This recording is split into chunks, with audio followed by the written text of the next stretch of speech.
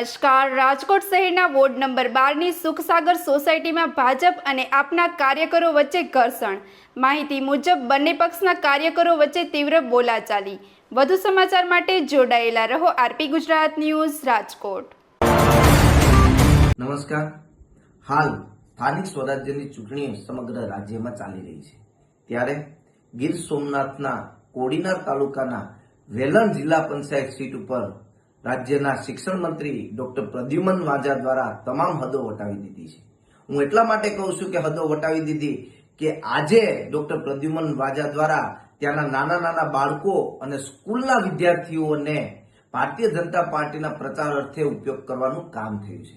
ત્યારે આજે હું રાજ્યના ચૂંટણી કમિશનને પણ કહેવા માંગીએ છીએ કે આ સરેઆમ ચૂંટણી પંચની ગાઈડલાઈનનું ઉલ્લંઘન આ ભારતીય જનતા પાર્ટીના મંત્રી દ્વારા કરવામાં આવી રહ્યું છે, તો તેના ઉપર કડકમાં કડક પગલાઓ લેવા જોઈએ।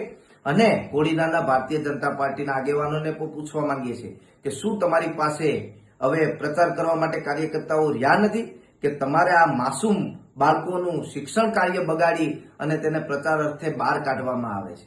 હાલ અત્યારે વિદ્યાર્થીઓની પરીક્ષાઓ પણ ચાલુ છે, ત્યારે આ પરીક્ષાઓમાં સીધી અસર પડી રહી છે। આ રાજ્યના શિક્ષણ મંત્રીને કદાચ ખ્યાલ નહીં હોય, પણ હું આ રાજ્યના શિક્ષણ મંત્રીને કહેવા માંગુ છું કે તમે આ નાના બાળકોનો રાજકીય હાથો બનાવવાનું બંધ કરો અને તમારે ખરેખર આ બાળકો અને તેના વાલીઓની માફી માંગવી જોઈએ।